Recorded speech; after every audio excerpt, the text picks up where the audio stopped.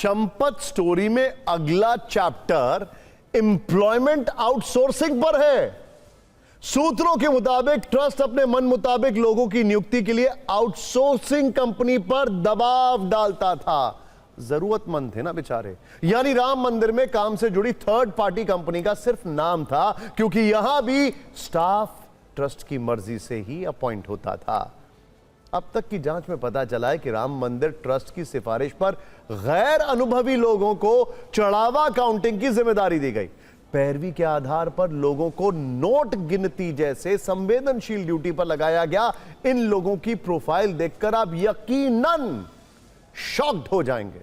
मिसाल के तौर पर अभी ध्यान से देखिएगा, अभियुक्त अनुकल्प मिश्रा, उम्र है इनकी 20 साल।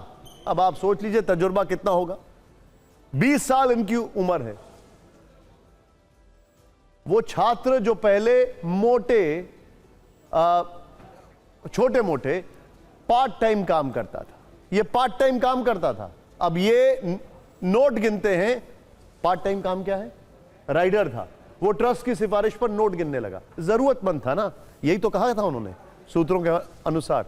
अभियुक्त लवकुश मिश्रा, अनुकल्प का रिश्तेदार जो फूड डिलीवरी बॉय था, यह भी जरूरतमंद था। वो फूड डिलीवरी का काम करता था। वो भी ट्रस्ट की पैरवी पर चढ़ावा करना से जुड़ गया। चलिए एक और अभियुक्त की बात करते हैं, चेंज करिए इसको जरा। एक और अभियुक्त अविनाश शुक्ला, योगा इंस्ट्रक्टर था। ये मनी कैलकुलेटर बन गया। ये भी सिफारिश के दम पर राम मंदिर में काम पा गया। मैं बार बार क्यों बोल रहा हूं जरूरतमंद? क्योंकि कहा गया कि जरूरतमंद लोगों को हमने जॉब दिया, सूत्रों के हवाले से जो हमने आपको जानकारी बताई। खैर, टिन्नू यादव का भतीजा मनीष यादव, उम्र 20 साल से भी कम, कोई काम नहीं था, लेकिन जब काम मिला तो सीधे नोट ही गिनने लगा, और वो भी राम मंदिर में। इसी तरह बाकी कर्मियों की भी प्रोफाइल है। सूत्र बता रहे हैं कि भले ही थर्ड पार्टी कंपनी ने यह हायरिंग की थी, लेकिन नाम की पर्ची ट्रस्ट भेजता था। किसी का वेतन 18,000 से ज्यादा नहीं था, 18,000 रुपए। लेकिन इतनी मामूली तनख्वाह के बावजूद इन अभियुक्तों का लाइफस्टाइल और कम सैलरी के बाद भी प्रॉपर्टी में इन्वेस्टमेंट अपने आप में घोटाले का सिग्नल है। अब देखिए ये जरूरतमंदों की जरूरतें क्या थी, ध्यान से दिखाइए। ये भी एक हमारे सामने एक अलग टाइप का व्हाइट पेपर है। अनुकल्प मिश्रा, सैलरी 18,000, 65 लाख का घर खरीदा। अविनाश शुक्ला, सैलरी 18,000, चोरी का पता चलने के बाद घर से 10 लाख रुपए की रिकवरी हुई है। लवकुश मिश्रा, सैलरी 18,000, अयोध्या में प्लॉट खरीदा, 2 फ्लोर का मकान बनकर तैयार है। असल में पिछले साल महाकुंभ के बाद अचानक भक्तों और चढ़ावे का जो फ्लो है वो काफी ज्यादा बढ़ गया था। ट्रस्ट ने स्टेट बैंक से कहा कि पैसे गिनने के लिए लोगों की जरूरत है। यानी महाकुंभ के बाद इन लड़कों की नौकरी शुरू हो गई। 1 साल के अंदर इतनी बड़ी प्रॉपर्टी के मालिक बन गए। ट्रस्ट की सबसे बड़ी लापरवाही भर्ती प्रक्रिया में ही नजर आ रही है। सूत्र बताते हैं कि चंपत राय और ट्रस्ट के अन्य सदस्य अयोध्या में पैरेलल सिस्टम चला रहे थे। पुलिस भी उनके निर्देश का पालन कर रही थी। खैर, ट्रस्ट के ही सदस्य गोपाल राव भी सवालों के घेरे में हैं। उन पर ट्रस्टी महंत दिनेंद्र दास ने गंभीर आरोप लगाए।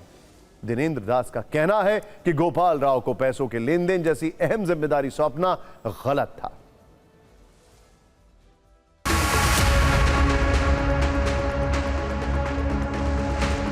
हमारे यहाँ सब ठीक चल रहा है। ट्रस्टी में कोई एक और गोपाल जी सिप को उलझा देते हैं, तो और लगभग सब सही ठीक चल रहा है। चंपत राय में सामने आए, बातचीत करते, जो बात करते वो बात मान भी लेते हैं।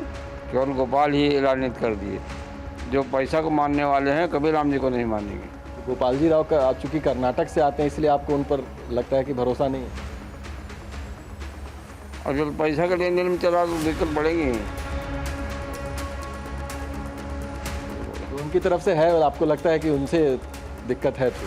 और उसको तो हम सपने में नहीं चाहते। लेन देन करने में मुख्य गोपाल जी हैं, ना अनिल मिश्रा ना चंपत राय जी हैं। 1 रुपया लेन देन नहीं किए हैं, हमेशा हिसाब दिए हैं। गोपाल केवल प्रचार ही बनाए हैं। मैं कल मंदिर परिसर में गया था। मैं देखा कि वहाँ गोपाल राव जी मंदिर परिसर में टहल रहे थे। जब वो उनको जो है पूरी जनता, पूरे विश्व के लोग जान गए हैं कि ये लोग संदिग्ध के घेरे में हैं, और तो प्रशासन क्यों उनको मंदिर परिसर में जाने दे रहा है। चढ़ावा चोरी के चंपत कांड में अब बैंक वाले चैप्टर का ताला खोलते हैं, क्योंकि जांच की धुरी ट्रस्ट से बैंक और बैंक से ट्रस्ट के बीच घूम रही है। Follow the money. ट्रस्ट पर सवाल है तो जांच के दायरे में बैंक के कुछ कर्मचारी और अधिकारी भी हैं, क्योंकि इतना बड़ा घोटाला बिना बैंक के मिलीभगत के नहीं हो सकता। बड़ा ऑब्वियस है। सूत्रों के अनुसार फरवरी 2025 में ट्रस्ट और एसबीआई के बीच एमओयू हुआ, जिसमें लिखे नियमों की धज्जियां उड़ा दी गई। सब कुछ सिर्फ कागजों तक सीमित रहा। तो क्या इतने बड़े स्तर पर हो रही लापरवाही की भनक ट्रस्ट को नहीं थी? अच्छा, ट्रस्ट इतना ट्रस्ट कर रहा था लोगों पर कि ट्रस्ट का ही ट्रस्ट टूटता चला गया। इंटरेस्टिंग। सवाल है कि जिसका पता एसआईटी ने 6 दिन के अंदर लगा लिया, उसका पता ट्रस्ट को महीनों तक नहीं चल पाया। क्यों? बैंक और ट्रस्ट के बीच हुए एमओयू के मुताबिक दान पेटी खोलने और गिनती कक्ष के संचालन के दौरान ट्रस्ट और बैंक अधिकारियों की मौजूदगी अनिवार्य की गई थी। गणना के काम में लगे कर्मचारियों के लिए ड्रेस कोड भी निर्धारित था, लेकिन जांच में सामने आया कि नियमों का पूरी तरह पालन ही नहीं किया गया। एमओयू में बैंक अधिकारियों के मासिक रोटेशन का भी प्रावधान था, ताकि लंबे समय तक एक ही कर्मचारी संवेदनशील व्यवस्था में तैनात ना रहे। हालांकि जांच में कुछ कर्मचारी लंबे समय तक उसी व्यवस्था में काम करते मिले। गिनती कक्ष में प्रवेश और निकलते वक्त कर्मचारियों की नियमित और रैंडम तलाशी, प्रत्येक दान पात्र की राशि का अलग अलग रिकॉर्ड तैयार करना जैसी व्यवस्थाओं की भी जांच चल रही है। मतलब इन नियमों का पालन हुआ या नहीं, यह देखा जा रहा है। सूत्रों का कहना है कि एसआईटी दैनिक गणना रिपोर्ट, बैंक में जमा की गई राशि की पर्चियां और इनसे जुड़े रजिस्टरों का भी मिलान कर रही है, ताकि किसी भी स्तर पर हुई संभावित गड़बड़ी का पता लगाया जा सके। एसआईटी को श्री राम जन्मभूमि तीर्थ क्षेत्र ट्रस्ट और स्टेट बैंक के बीच हुए करार में कई स्तरों पर खामियां मिली हैं। अब यह पता लगाने की कोशिश है कि सुरक्षा और निगरानी से जुड़े तय प्रावधानों का पालन क्यों नहीं हुआ। इसका चोरी की घटना से कोई संबंध था या नहीं। उधर पुलिस ने गिरफ्तार अभियुक्तों से पिछले 3 वर्षों में अर्जित चल और अचल संपत्तियों का पूरा विवरण मांगा। फिलहाल साधु संत आहत, दुखी, क्या कह रहे हैं, आइए देखते हैं।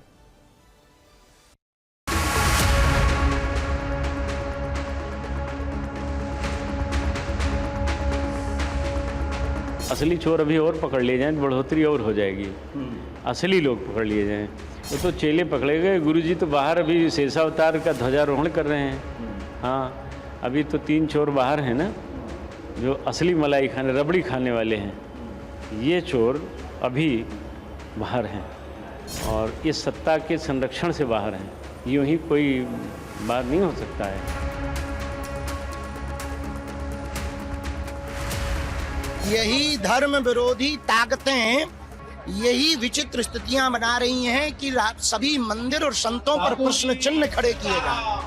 हम एक बात जरूर कहेंगे, संत परंपरा जो भगवान के प्रति पूर्ण समर्पित हैं, ऐसे लोगों को ही भगवान के मंदिर की सेवा का कार्य मिलना चाहिए। ये जितने भी चंपत राय जी हैं या अनिल जी हैं, जो भी है, इनको जवाबदारी लेना चाहिए, क्योंकि ये ही दोषी है। और इन्हीं के नेतृत्व में जिन लोगों ने गिनती की और जो उसमें डाका डाला है, वो सब इन्हीं की मिली जुली भक्ति है। इस बीच श्री राम जन्मभूमि सेवा समिति की प्रेस कॉन्फ्रेंस रद्द हो गई है। समिति को इसके लिए जगह नहीं मिली। जो जगह फिक्स हुई थी उसकी अनुमति भी रद्द हो गई।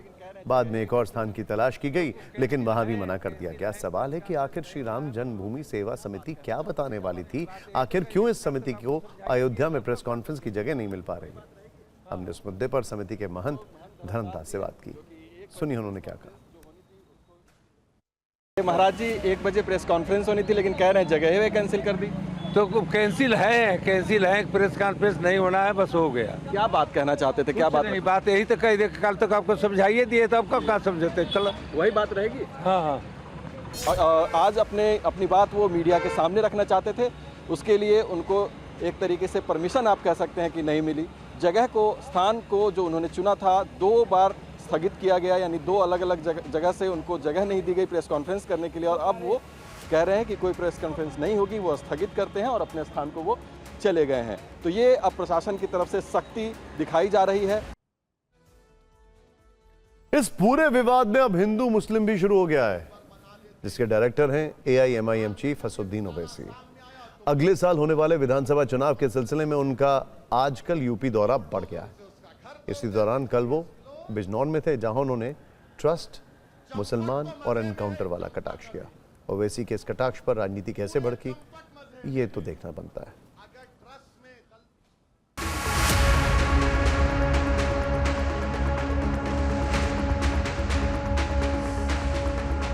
अगर ट्रस्ट में गलती हो गई, उस ट्रस्ट में एक मुसलमान को तुम मेंबर बना लेते और बाद में जब ये घोटाला सामने आया तुम उस मुसलमान को ले जाकर एनकाउंटर कर देते, बुलडोजर से उसका घर तोड़ देते, केस क्लोज्ड।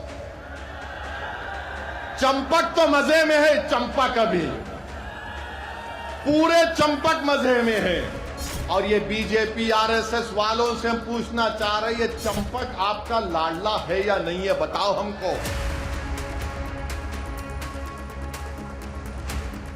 थोड़ा इंतजार करिए, ओवैसी जी एक भी नहीं बचेगा, कोई एक भी नहीं बचेगा। कोर्ट दंड देगी, ये सलाखों के पीछे जाएंगे, चक्की पीसेंगे। आप भारतीय जनता पार्टी के बी टीम नहीं, अब तो भारतीय जनता पार्टी के मुखौटा हो गए। ये जो गठबंधन है आपका, ये पूरा हिंदुस्तान जानता है, उत्तर प्रदेश जानता है। आज की डेट में एक मुसलमानों का ठेकेदार बनके और एक हिंदुओं का ठेकेदार बनके हिंदुस्तानियों को आप जो ठगना चाहते हो, ना भाजपा से हिंदुस्तानी ठगे जाएंगे, ना ओवैसी से हिंदुस्तानी ठगे जाएंगे। राम मंदिर चढ़ावा चोरी पर नजरबंद वाली राजनीति भी शुरू हो गई है। यूपी कांग्रेस के अध्यक्ष अजय राय को पुलिस ने सोमवार की रात 11:30 बजे अयोध्या के एक होटल में नजरबंद किया। उसके बाद कांग्रेस सांसद किशोरी लाल शर्मा के साथ भी यही हुआ। अजय राय के नेतृत्व में कांग्रेस का दल चढ़ावा चोरी का विरोध करने अयोध्या पहुंचा था। खबर फैली तो अयोध्या में कांग्रेस कार्यकर्ताओं का विरोध प्रदर्शन शुरू हो गया। इस पर काफी सियासत हुई है, बयानों के तीर भी छोड़े गए। हम लोगों को कल रात से ही हमारे साथियों को हमें हाउस अरेस्ट किया गया होटल में और पूरी तरीके से प्रताड़ित किया जा रहा है और दर्शन करने से रोका जा रहा है। हमारी ये मांग है कि बिना दर्शन के मैं नहीं जाऊंगा, चाहे इसके लिए हमें कुछ भी करना, जेल जाना पड़े 2-4 दिन, अगर हमें अन्न जल भी त्यागना पड़ेगा तो हम त्याग कर बैठेंगे और दर्शन करेंगे। वह कांग्रेस जो 2017 के पहले राम के अस्तित्व को ही नकार चुकी थी, श्री कृष्ण के अस्तित्व को ही नकार चुकी थी, आज वो भी कहती है कि राम तो सबके हैं। भगवान राम की भक्ति तो हनुमान जी के अंदर इतनी ताकत पैदा कर देती है कि अगर लक्ष्मण जी को बचाने के लिए संजीवनी बूटी लेने के लिए जा रहे श्री हनुमान जी के साथ कोई कालनेमी छल छद्म से धोखा दे करके उन्हें इससे वंचित करने का कुत्सित प्रयास करता है, राम की भक्ति ऐसे कालनेमियों को पूरी तरह निपटाने में भी सहायक हो जाती है। उन लोगों ने देश के करोड़ों हिंदुओं की आस्था पर डकैती डाला है, एक भी डकैत बचना नहीं चाहिए। महमूद जो गजनवी था उसने सोमनाथ मंदिर 17 बार लूटा है, बीजेपी ने अयोध्या का राम मंदिर लगभग 70 बार लूटा है, 66 टाइम।